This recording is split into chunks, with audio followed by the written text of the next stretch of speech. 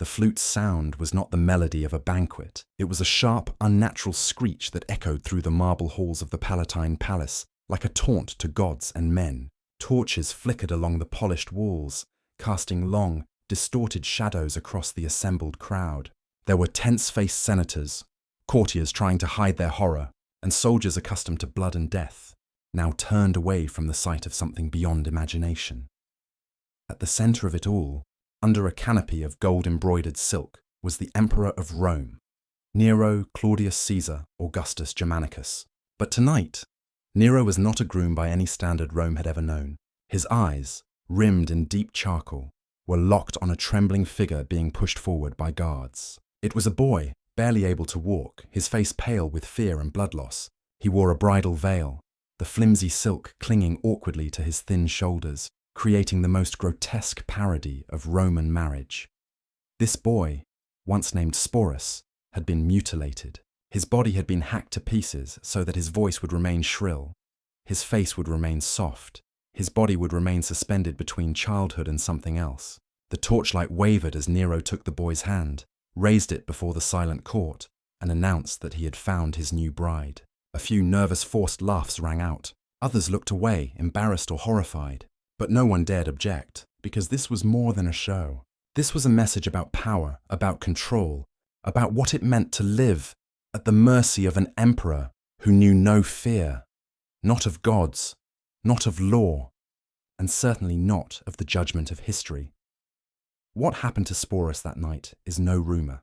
Suetonius, Cassius Dio, and other Roman historians recorded the scene with barely concealed unease. It is one of the earliest and most notorious examples of castrated boys becoming pawns in the emperor's games. And however bizarre the wedding, it was only the beginning of a pattern that would span generations of rule. Each emperor pushed the boundaries of cruelty further, each act revealing something darker about Rome's relationship with power and the human body.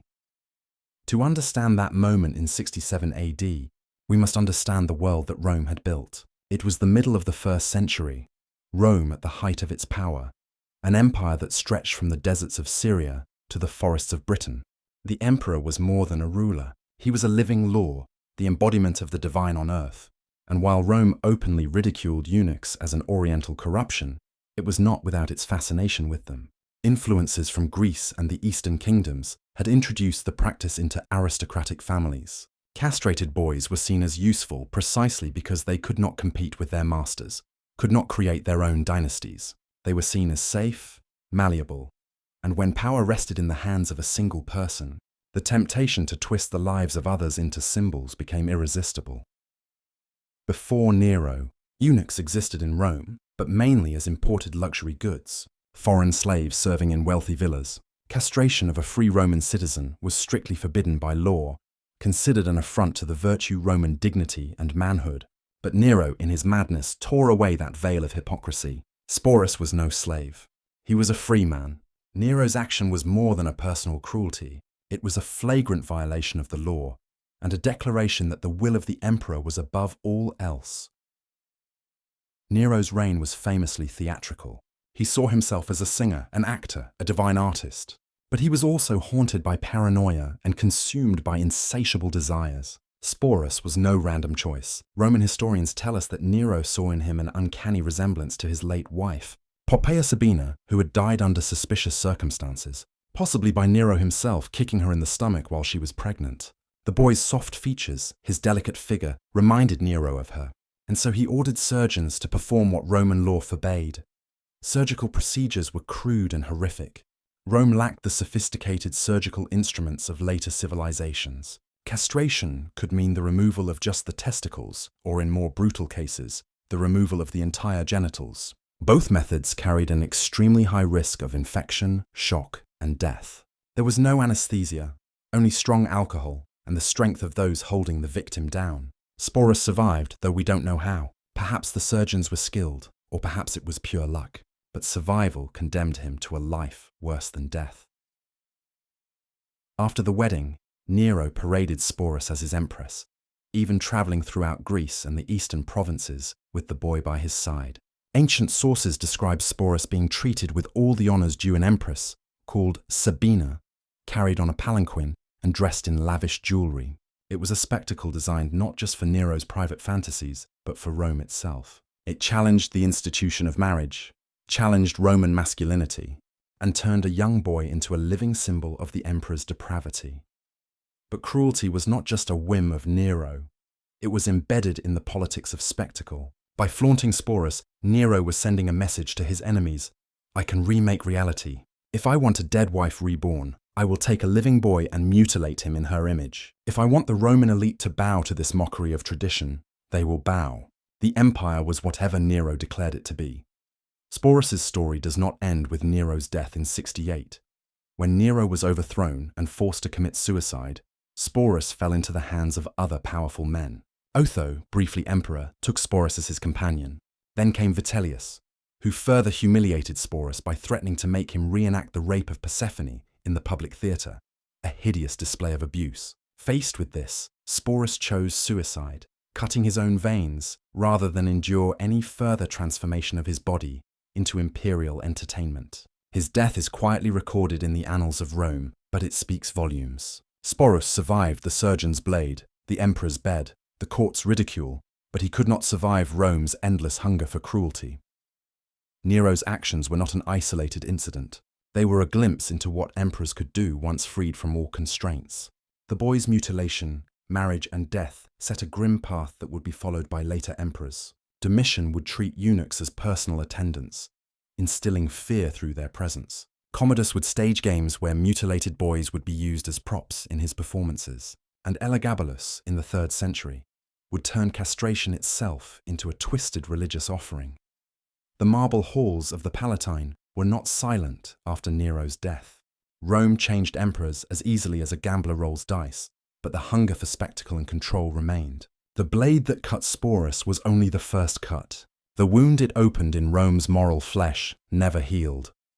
By the time of Domitian, some 2 decades later, whispers about eunuchs had become louder in court. Unlike Nero, Domitian did not put on a theatrical show. He styled himself sternly, divinely, a Jupiter reborn in human form.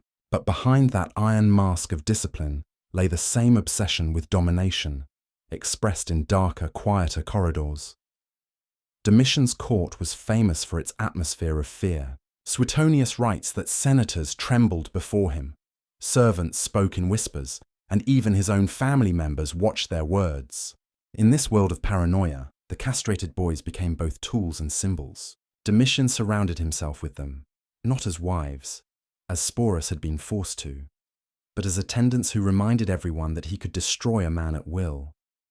The atmosphere at his parties was thick with unease. Imagine walking into one, golden benches set around a black marble table, the lights dimmed to a funeral vigil, and from the shadows, the silent presence of boys with unnaturally smooth faces and unbroken voices. They moved like ghosts, pouring wine, carrying food, never saying a word.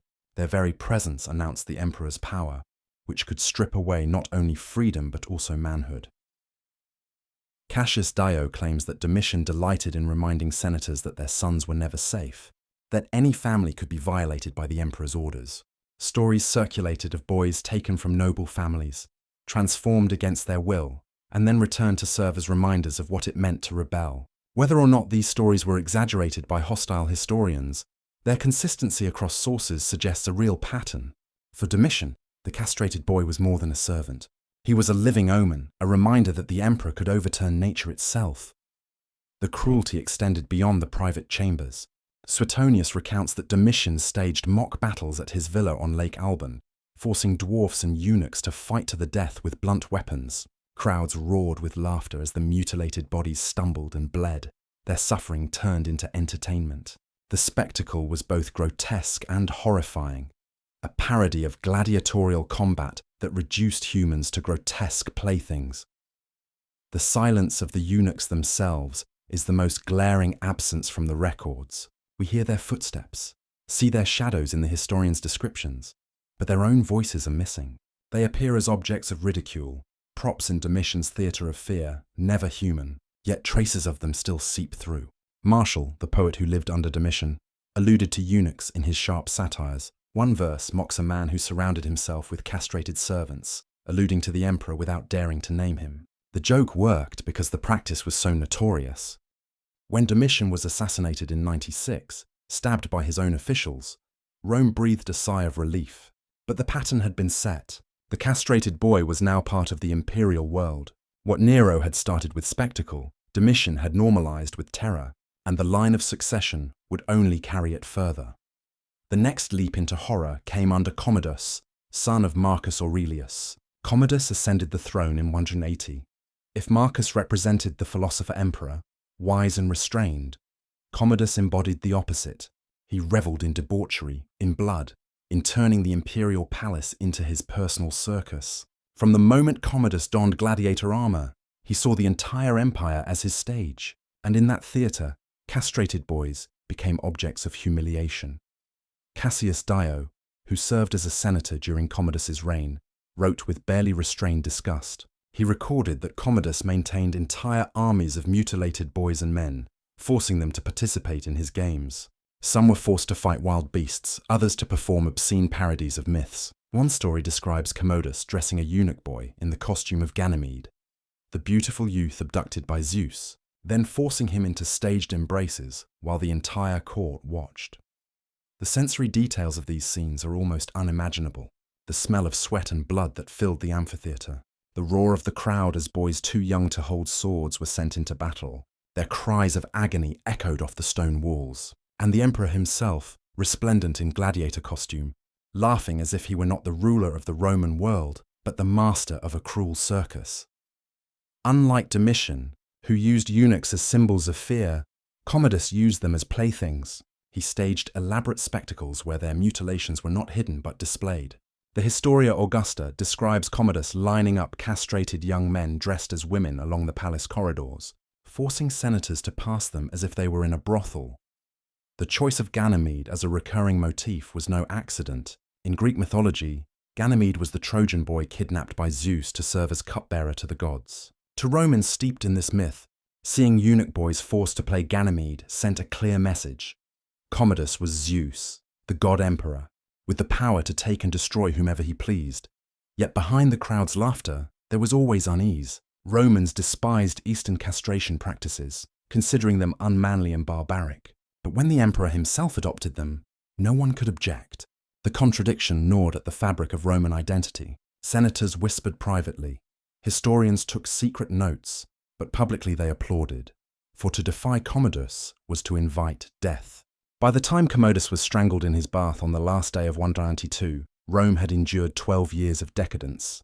The city reeked of blood, both in the amphitheater and in the palace. And the cycle of cruelty continued, perhaps reaching its most bizarre expression half a century later under the young emperor Elagabalus. Born in Syria and raised as a high priest of the sun god Elagabal, the boy emperor ascended the throne at the age of 14. His reign, from 218 to 222, was brief but notorious. Even in the scandal-ridden annals of Rome, Elagabalus stands out. If Nero used castration to resurrect a dead wife, Domitian used it to enforce fear, and Commodus used it for satire. Elagabalus used it for religious purposes. The Historia Augusta, despite its biases, records shocking details. Elagabalus surrounded himself with mutilated youths, not as servants, but as fellow worshippers in his sun cult. He sought to abolish the traditional Roman gods, elevating his own Eastern god above Jupiter. And in this cult, castration became a form of sacrifice. Imagine walking into one of his rituals. The temple is lit with crimson curtains, the scent of incense hangs in the air, and the pounding of drums echoes off the stone walls. Shaved boys and mutilated bodies move in a delirious rhythm, offering their blood as tokens of devotion. At the center, Elagabalus, robed in gold, raises his arms to the sky. Dio claims Elagabalus even considered castrating himself, desperate to embody the hermaphrodite image of his god. Instead, he imposed the ritual on others. To the conservative Roman elite, this was more than blasphemy. It was an abomination that mocked their identity as conquerors, as men, as Romans. But the emperor was unstoppable. For 4 years, he immersed Rome in ritual and humiliation. The castrated boys became not just servants or playthings, but sacred symbols of his new world order. The backlash was inevitable. In 222, the Praetorian Guard revolted against Elagabalus, dragging him through the streets, and mutilating his corpse before throwing it into the Tiber. His cult was wiped out, his memory cursed. Yet echoes of his reign linger in the stories of young boys whose bodies bore the marks of his fanaticism. Elagabalus's reign did not begin in Rome. It began under the blazing sun of Emesa in Syria. He grew up in the temple, watching eunuch priests dance in ecstasy, their bodies mutilated in devotion to the god. For them, castration was not humiliation but consecration. Blood was offered in exchange for transcendence. When this boy, barely a teenager, was proclaimed emperor by the legions, he carried that vision like a torch across the Mediterranean. Rome expected a young Caesar to follow the tradition of Augustus, bowing before Jupiter and the Senate. Instead, Elagabalus arrived with the sunstone of Emesa and a retinue of mutilated youths. Herodian recorded with amazement how he paraded through the streets these high-voiced, smooth-faced boys whose very existence mocked Roman masculinity. He placed them not in kitchens or stables, but at the center of ritual, dressed in gold, anointed with perfume, held up as if they were gods. To the conservative Roman, it seemed as if the East had swallowed up the eternal city. This was more than mere showmanship. It was a calculated act of domination. By elevating eunuchs to sacred status, Elagabalus overturned centuries of Roman contempt. The castrated body, once ridiculed, now stood at the heart of imperial religion. The Historia Augusta claims that Elagabalus married multiple times, to women, men, even a charioteer named Heracles. In one notorious tale, he staged a wedding with a boy chosen for his beauty, parading him before the imperial court in a bizarre retelling of Nero and Sporus. The knife once again ensured that the youth would never reach adulthood. The imitation of Nero was deliberate. Elagabalus saw himself as the heir not of Augustus, but of those emperors who blurred the lines, who merged theatre and power. Yet where Nero's spectacle had been scandalous, Elagabalus turned it into dogma. This was not a boy being paraded as a joke. It was an entire system of sanctified mutilation. The court was in turmoil. Julia Maesa, the emperor's grandmother and the true architect of his rise, saw the danger. The patience of the Praetorian Guard wore thin with each ritual. In 222, when the emperor was just 18, the breaking point came. The Praetorian Guard stormed the palace. Elagabalus was dragged screaming through the once-scented corridors. His eunuch servants were murdered when they tried to protect him. The boy who had turned eunuchs into saints now died among them. But the story does not end with Elagabalus's death. The memory of eunuchs, of castrated boys forced into the theatres of power, lingers like a stain. Every emperor since Elagabalus has learned a lesson. The body can be weaponized, displayed, humiliated. Whether driven by lust, fear, parody, or piety, mutilated youths have become a recurring figure in the empire's darkest chapters. And behind the sensational stories perpetuated by hostile senators and scandal-loving historians lies a quieter truth. These were not mere symbols. They were boys. Their names were lost, their voices silenced, their lives reduced to anecdotes of imperial decadence. The sources are disappointing. Suetonius, Dio, Herodian, the Augustan Historia, all write from perspectives steeped in politics and prejudice. They exaggerate, moralize, fabricate, but the consistency of their accounts over the centuries suggests a kernel of truth. Castration was not an accident of rumor. It was a fact of life, one that emperors wielded like a sword, and so the pattern emerged. Nero, who used castration to recreate a lost wife. Domitian, who used it to sow terror. Commodus, who used it for ridicule and theatricality. Elagabalus, who used it as a religion. Each emperor was a new face of the same nightmare. As the empire aged and entered its final stages, the role of eunuchs transformed again.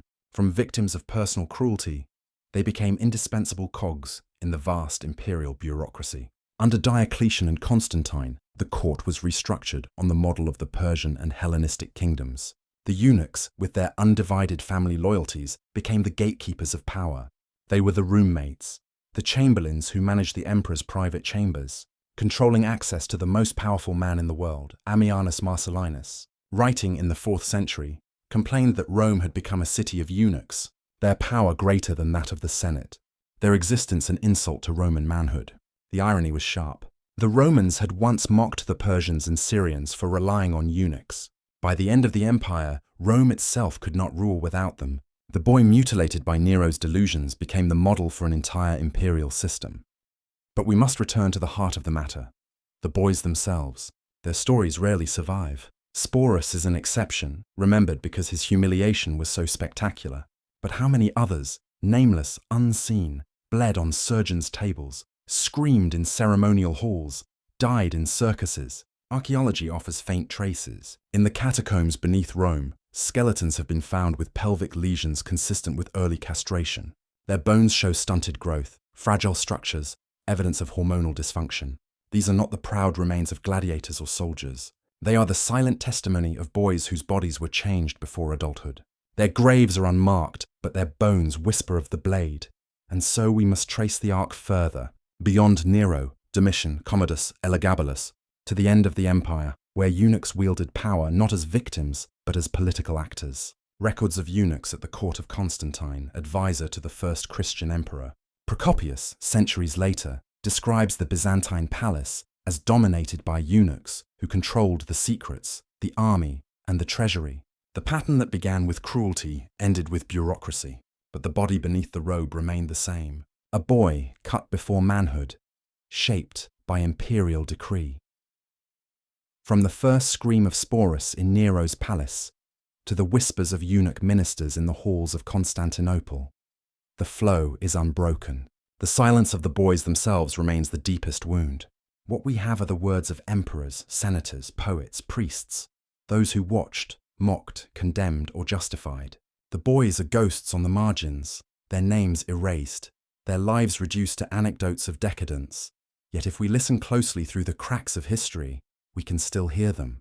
The sharp intake of breath before the blade fell, the anguished cries in the circus, the whispered prayers in foreign languages during rituals, the silence of bones in forgotten tombs. These are not just stories about emperors.